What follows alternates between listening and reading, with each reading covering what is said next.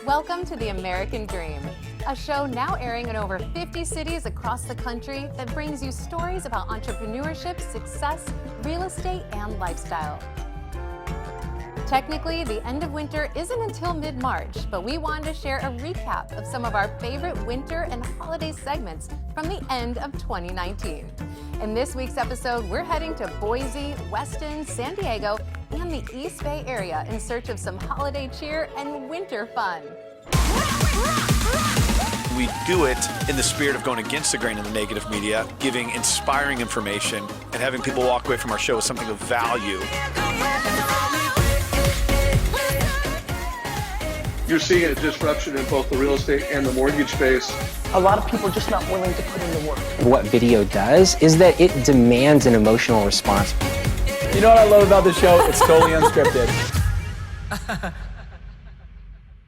This week's show is a send-off to winter and the holidays. But stay tuned, because first we hear from a real estate professional in your city. Let's listen to what they have to share this week.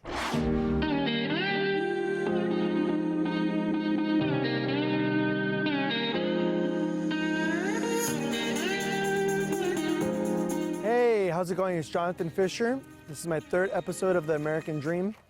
We're actually in Orange County today, more specifically Irvine. We're about to meet with Jeff from Pool Logic Luxury Pools. So let's check it out.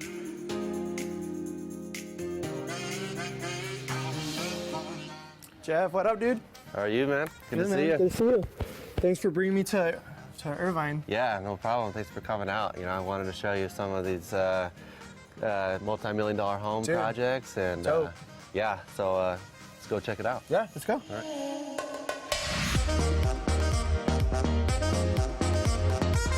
First off, I don't know how you get the vision. This is super rad. Second, I want to know how you started Pool Logic. Yeah, so I mean, this is a pretty standard project for this area. So this is what everyone wants, you know, and the vision is kind of incorporated from, you know, other projects that we've seen in the past, along with some original ideas, along with ideas that the homeowners have, you know, want us to implement as well in the backyard, and you know, and they want to utilize the backyard as well as they can. A lot of these newer homes, they don't have as big of backyards, but they can still, you know, spend a lot of money here, and they can still do a lot of really cool and unique things, you know, unique water features and unique materials. So, you know, this pool is an infinity edge pool, and you have porcelain tile everywhere. You know, you make the pool all black inside, and it looks like a black mirror, like your iPhone or something. Oh, you know. very cool. You know, I got started, you know, doing these higher end homes just through referrals. I started out with lower end pools, but still treating the client like they're, you know, like they're that $1 million client or the $1 billion have to. client. I mean, everything is about customer service, right? Exactly. So we treat every project like it's our first project, you know, that we've ever done, and that, you know, everything's on the line and our reputation's on the line on every single project. So we treat everyone the same like that. About how much does a client have to budget for an amazing pool like this? A lot of customers should understand that if they want a full completed backyard, they should really be spending about 10 to 20% of the cost of their home in their yard. The cost of entertaining. Exactly. Right? Yeah. Oh my God. There is no end. Yeah. So we have another project that you want to show us, right? Yes, absolutely. So my business partner is over there right now, so we'll go meet up with her. Let's not keep her waiting.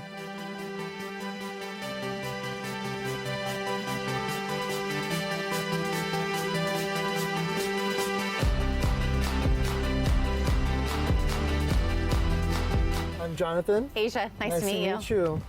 So where are we at? This is amazing. Thank you, thank you. Yes, this is one of our completed projects in San Juan Capistrano. As you can see, we've moved along with a lot of different textures here, and it's one of our Tuscan projects that meets still that modern feel that Pool Logic does so often. Yeah, dude, amazing. And you guys handle everything from the pool to the landscaping to hardscape, front yard, the fruit trees. You guys chose everything?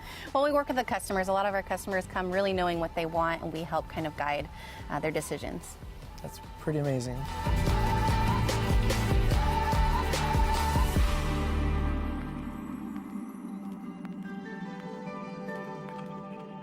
A true entertainer's paradise, right? So what do we have here? Well, one of the things that is really fun and inspiring in our projects, it's not just about the pools, it's about full outdoor living spaces. And so we want to create an environment and elements that really yield to allowing our customers to have a beautiful space to entertain outdoors. And so as you see here, we have the outdoor kitchen area with the poured-in-place concrete countertops, again, giving it that really modern feel and durable look. We have the stacked stone panels here on the outside and the beautiful travertine flooring all the way over here to our entertainment space. You know, as you see the theater area, the television, but you still have the beautiful ambiance of the mountains, outdoors, and the water.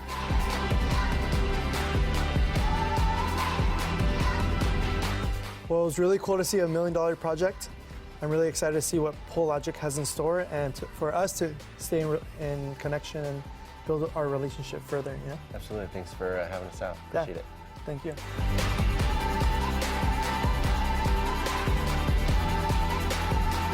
And joining us now in studio are John and Melissa with Team Steele San Diego Homes. John and Melissa, thank you so much for coming in. Thank you for having us. We're so excited to be here. Oh, we're so excited to have you. And today we're talking about relocation and shopping from out of the area, which to me sounds absolutely horrifying. How do you move to an area that you maybe haven't even seen before? So tell me about some of the biggest differences that people might experience when they are looking at San Diego and maybe they've never even been here before. Obviously, they're not physically here, right? They can't be here to necessarily walk through the door, see the neighborhood, and if they've never visited San Diego at all, they might have absolutely no idea what different neighborhoods have to offer. So, you know, it's our goal to really help clients to overcome that, right? So we really try to leverage technology to overcome that big challenge of not physically being here in San Diego and local.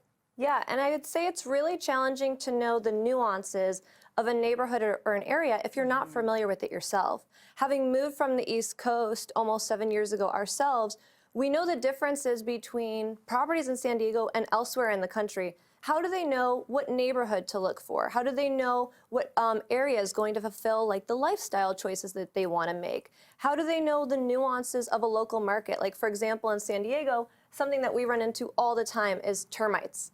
And when something comes up on the termite report, the natural instinct of a client from out of the area, they'll be like, oh no, like what does this mean? Where I'm almost like, panicky if something termitey doesn't show up on a report, right? I'm like, who did this report? But unless you're familiar with the area or the specific market, it's really hard to understand, are these things normal?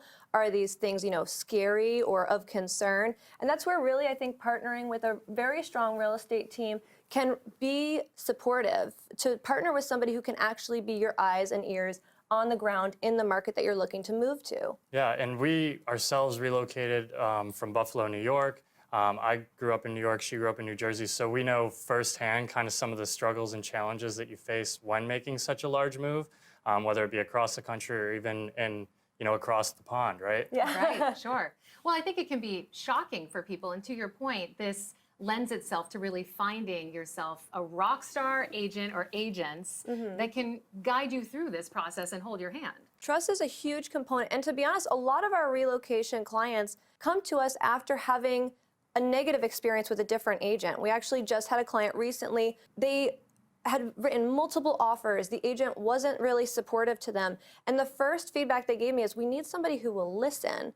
And I think partnering with agents who will actually listen to the needs is such an important and really vital part of the process, because I get to fully embody you as the client as I'm looking at those properties, right? So like, I get to have such a clear understanding of what they're looking for in their next home that I can literally point out as I'm looking out the window, or as I'm seeing things like that might need repair, or that they've, expressed that they don't want in a home. When you actually set foot in the door the very first time, you're not gonna be like, oh no, like Melissa didn't tell me about this, right? Right. Ultimately, there should be no surprises with whatever agent that you've partnered with. It sounds like you try and put yourself in their position. Literally, yeah. And I feel like embodying and like learning and listening is such a vital component of that, being on the same team in order to find that house. Now, you touched on a little bit of the technology, and I want to explore that a little bit further. Tell me about some of the ways that your team really helps support these out-of-town clients. Yeah, I mean, the biggest one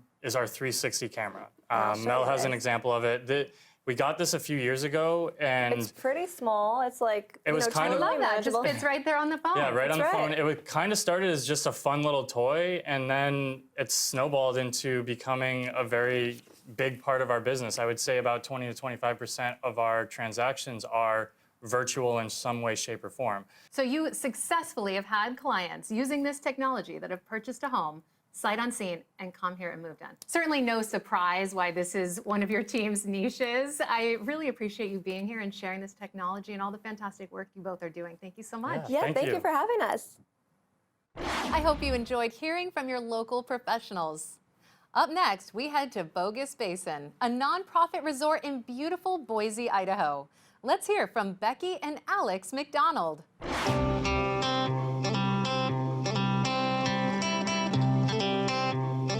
Hi, we're here at Bogus Basin. It's a ski area that Becky and I actually learned to ski as kids, and so we grew up coming here.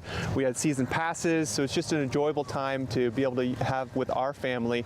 And so we want to tell you a little bit more about Bogus Basin and all it has to offer.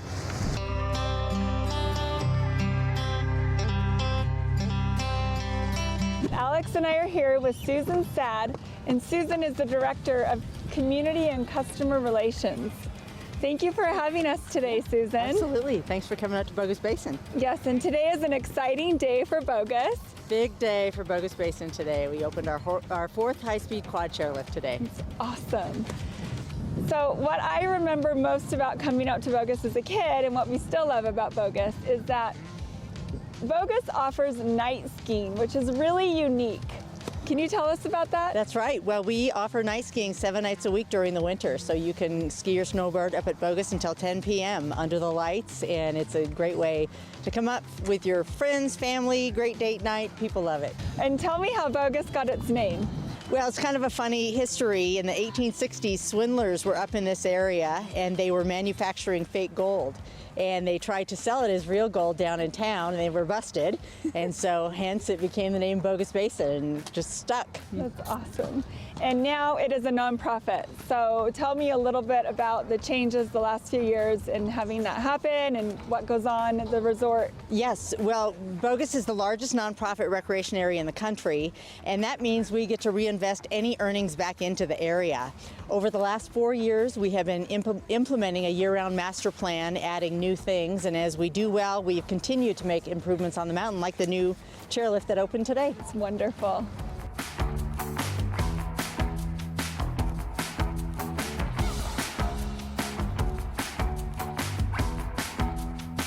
Well, I don't think Bogus is bogus at all. I think it has so much to offer.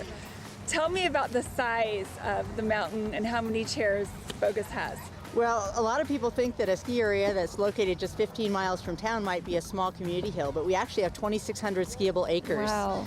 We have 11 lifts and now 4 high-speed quad chairs, so it's a great place to get some excellent terrain.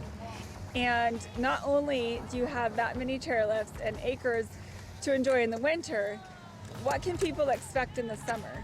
Well, the summer has been a big new change for Bogus Basin. We're now open 7 days a week in the summer, and we have almost 100,000 guests come up for free concerts, ride the chairlifts. We have an incredible trail system for mountain biking. Wow. We have different activities like our mountain coaster, summer tubing, so there's a lot to do in the summer at Bogus Basin. Yeah, we've enjoyed the coaster and the snow tubing. And I can't believe you can tube in the summer too. That's just great. That's true. And another great thing is that it's 15 to 20 degrees cooler in the summer at Bogus Basin, so you can get away from the heat on those hot summer days and enjoy the mountain. It's beautiful up here. And the restaurant's open? And yep, we have our lodges open and our Double R Ranch Barbecue Smokehouse serving smoked meats, and so it's a wonderful atmosphere. Year-round. Okay, that's so great. Well, we hope to see you this summer. We hope to see you.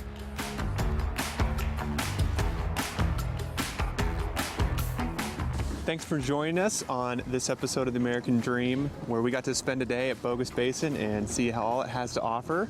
So there's no greater way to end a day like this by just enjoying some hot cocoa and some apple cider by a warm fire. We'll see you next time.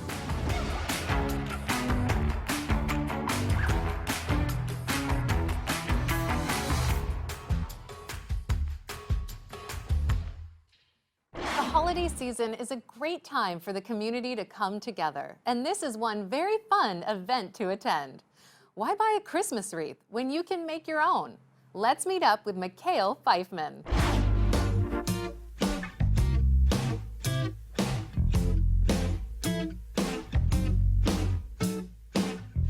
Happy New Year and welcome to American Dream TV. I'm Mikhail Pfeifman with Pfeifman Group. We're in Western Connecticut. It's a small town with less than 20,000 residents, also known as the best kept secret in Fairfield County. We will be covering today some holiday season festivities. First, we are joining Western Garden Club, and then we'll be going to Lashat Farm Market.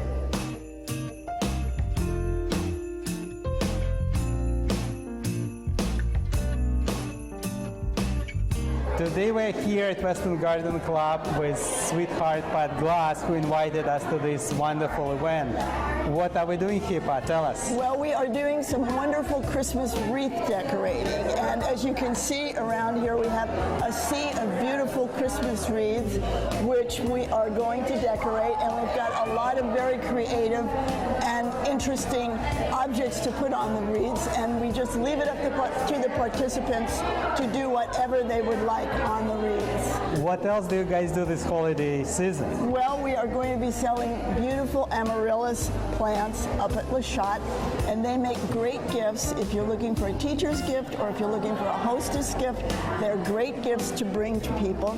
We're also decorating the library in Weston, and we put beautiful wreaths and we put beautiful garland up there so people coming into the library can see how festive we can be. And we also decorate the Historical Society for breakfast with Santa, and kids can come and have their pictures taken with Santa, and it's a very nice neighborhood event. It's so cool, so many events. We'll definitely make time to follow you. Okie doke. Thank you guys for inviting us over. You are more than welcome.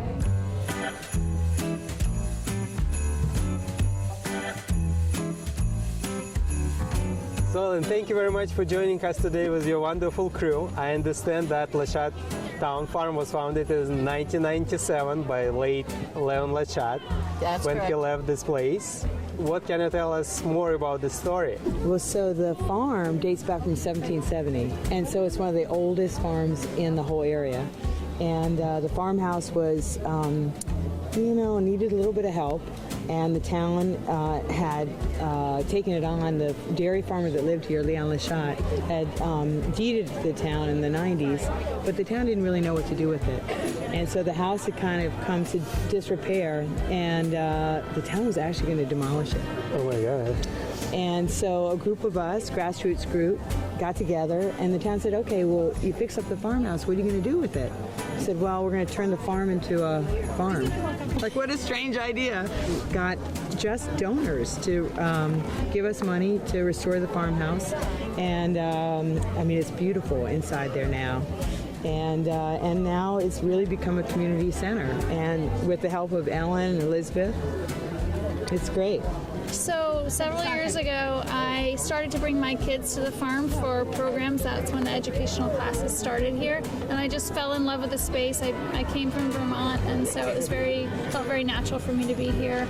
And that was as things were growing, and then I had the vision for a market, a farmer's market, and so I approached Ellen and asked her if that was in her plan, and she said it was, only if I would take it on, essentially. So I did. Good move. And I joined the commission here about 4 years ago, and I've been very happy since. The vision for that was to create a community space for everybody in town here where they could gather and also support vendors, local artisans and farmers, and support them as we could. Yeah. And I think really one of the reasons we even started the whole project is community, to build a community in our town. It's great. I mean, I'm really happy. Thank you very much for having us here today, and thanks for joining us. You're so welcome. We're all the best. For coming. Thank you. Thank Thanks you for very coming. much.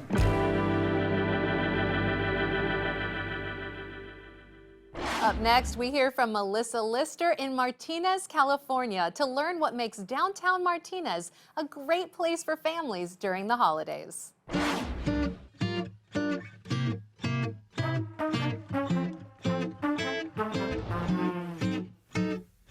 it's Melissa Lister with Century 21mm, and today you're joining us on my family's annual Christmas tradition in historic downtown Martinez. Being one of California's oldest towns, Martinez retains a strong sense of history and family.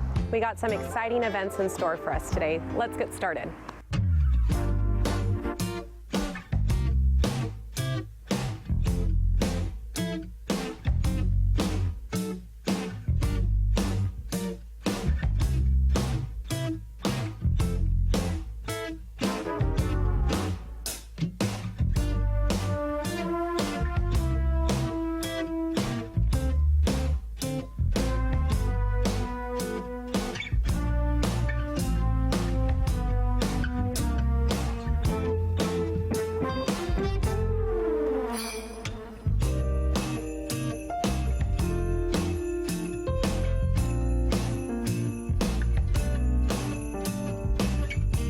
We're here with a very important person in Martinez today. This is Mayor Rob Schroeder. Thank you so much for being with us today. You're welcome. I'm really pleased to be here. Tell us a little bit about Martinez. Martinez is an old town. It was founded in 1849 and it became a city in 1876. It's the county seat of Contra Costa County. It's the one of the few waterfront communities in Contra Costa County, and it's the home of John Muir. It's the birthplace of Joe DiMaggio. Wow. And it's also where the martini was invented back in the 1870s. Wow, that's incredible. It's such a cute little town, and it is. We love coming here at Christmas time. We love all the Christmas traditions. Do you want to tell us a little bit about them? Sure. Yeah, the entire community gets involved in the Christmas and the holiday celebrations in the downtown. We had a holiday light parade just last week. It was rainy, so it was very short, but it's for the children. And then we lit the tree. Santa and I lit the tree, and then we had a lot of different businesses that were open extended hours. We have regular hours with Santa. The Santa house is right behind us. We have free parking downtown from now until the 1st of 2020. So that's come on down, and you won't have to feed the meter anymore. Perfect. Very exciting. It looks like Martinez has changed in the past couple of years. It has. It's changed tremendously. We like to say that we're in a renaissance right now. We've got a lot of new restaurants and businesses that have opened up. A lot of folks that never used to come downtown are coming downtown now. In fact, we're starting to have a parking problem, believe it or not, which you might think is a bad thing, but in the city of Martinez, it's really a good thing because that means there's lots of people here. Houses are affordable when you compare it to the rest of the county, and it's got the quaintness and it's got a beautiful downtown that we didn't have to create. It was already here. We just had to polish it. Oh, that's so awesome. We are so excited to check it all out. We have the whole family here. We're going to stroll around and go to the antique shops and check out Santa. Thank you so much for your interview. My pleasure. Thank you.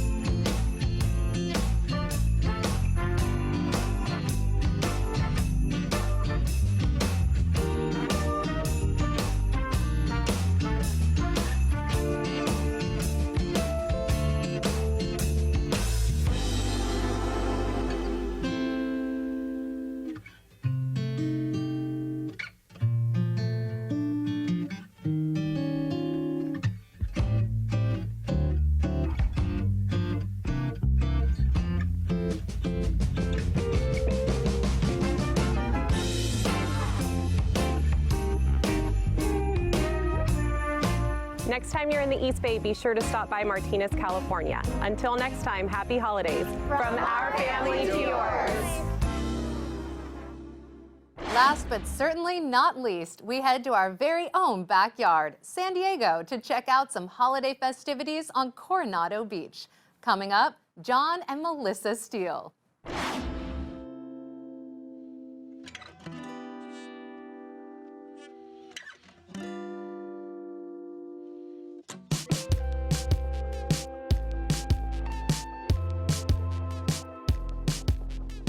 Hey, we're John and Melissa Steele here in sunny San Diego, California. Today we are on Coronado, checking out how our city celebrates the holidays. We have such a diverse way of celebrating the holidays, from tons of snow to lots of sunshine here in San Diego, and we really change up how we celebrate the holidays here. Yeah, obviously here in San Diego, we're known for amazing weather. We don't get to experience that winter wonderland that so many different parts of the country get to experience. So we have to get a little bit more creative with how we celebrate the holidays.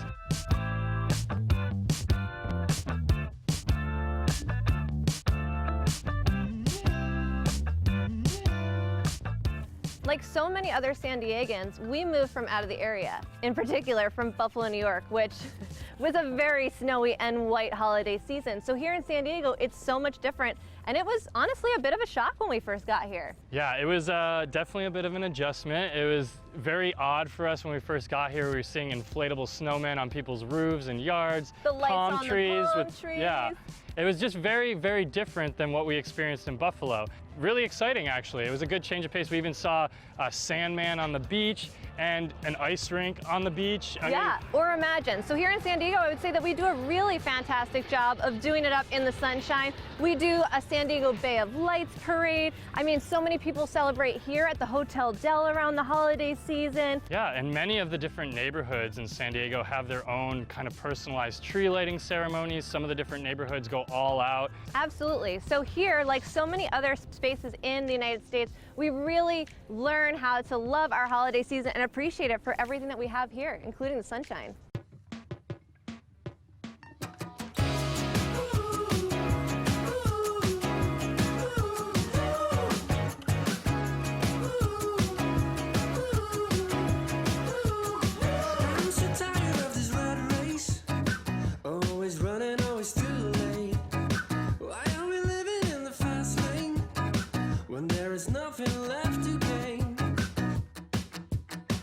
So one of the most iconic landmarks of San Diego is the Hotel Del, and it also happens to be one of the locations known best for celebrating the holidays. They really go all out. Yeah, absolutely. I mean, we're literally standing in front of the ice rink that is adjacent to the beach, so it's something like I've never seen before. Yeah, where else do you find an ice rink literally on the beach? And this is where you get to skate, right? Like, how cool is that? Absolutely. So whether you guys are enjoying the holiday season from the snow or the sand with the sunshine this year, we hope that you have an amazing New Year and holiday season.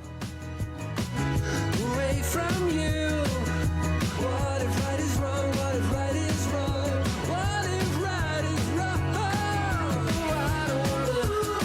don't wanna run.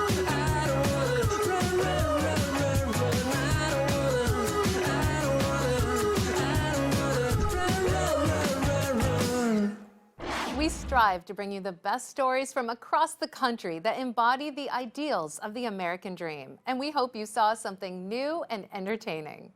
We would like to thank all of our viewers and our sponsors for helping us grow the show. We couldn't do this without your support. I'm your host, Jem Morris, and thank you so much for watching.